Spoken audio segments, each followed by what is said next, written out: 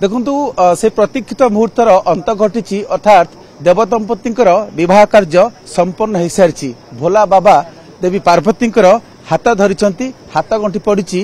एसहित सरी प्रतीक्षा एवं संबलपुर एक आध्यात्मिक परिवेश सृष्टि होती। मु बर्तमान रही जावड़पाड़ा लोकनाथ बाबा विवाह मंडप ठारे कि समय पूर्व विवाह कार्य संपादित हो सारी आप जहाँ देखुं विवाह मंडप संपूर्ण लोकाचार जमी देवदंपति विवाह होता है लोकाचार ठीक सेमती ही विवाह कार्य संपन्न हो सारी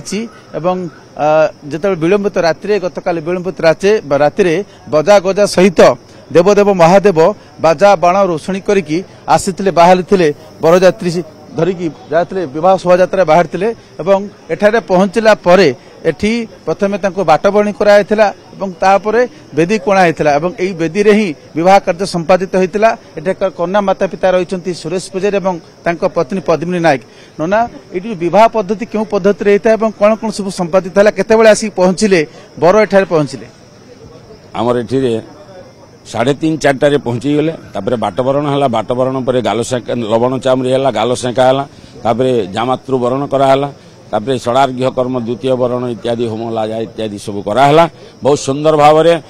आमर ये जो हस्तबंधन परे परे कन्यादान जहाँ यौतुक देवार प्रचुर भाव आमर पुजारी आज्ञा देइछंती यौतुक आ बंधु वर्ग मध्य देइछंती आ तापरे समस्ते दे सारा पर हस्तबंधन खोला है सला विधा बिल माने लौकिक हिसाब आमर करूँ एवं आपर आमर आरती है आरती पर पुष्पांजलि है पुष्पांजलि पर समस्ते क्षमा प्रार्थना कले क्षमा प्रार्थना करी भगवान शिव शंकर जुगल दर्शन करी आशीर्वाद नेले यही दुर्लभ आज माने यही जो दुर्लभ दर्शन एबेठू आरंभ है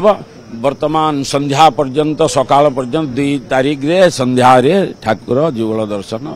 मंदिर प्रवेश करेंगे। देखो आज विलंबित राति